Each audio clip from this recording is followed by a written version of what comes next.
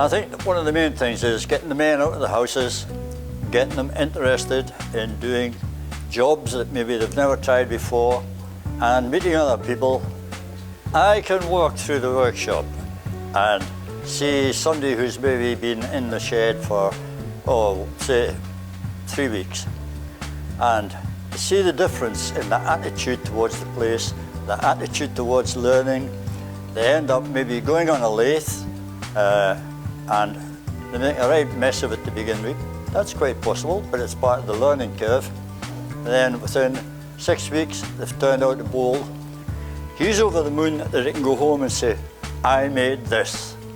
And that's what it's all about.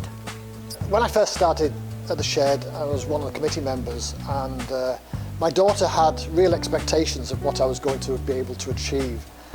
And she decided, because she had a cat, she wanted me to make a cat scratching post. Anyway, a few days later, she came up with this large tree trunk. It was about 4 foot tall, and says, there you are, Dad, make a cat scratching post. So I brought it in to the shed.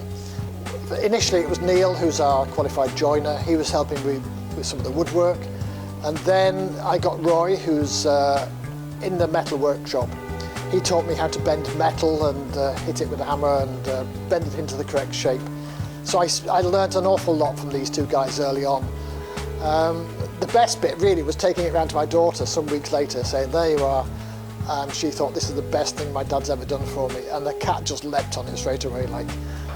My background is a joiner to trade. Well, the reason I came here is I wanted to try and get something for the older men and that to come together and try and get a club or something. I enjoy coming here. I get the enjoyment of coming here and seeing the end results with my help.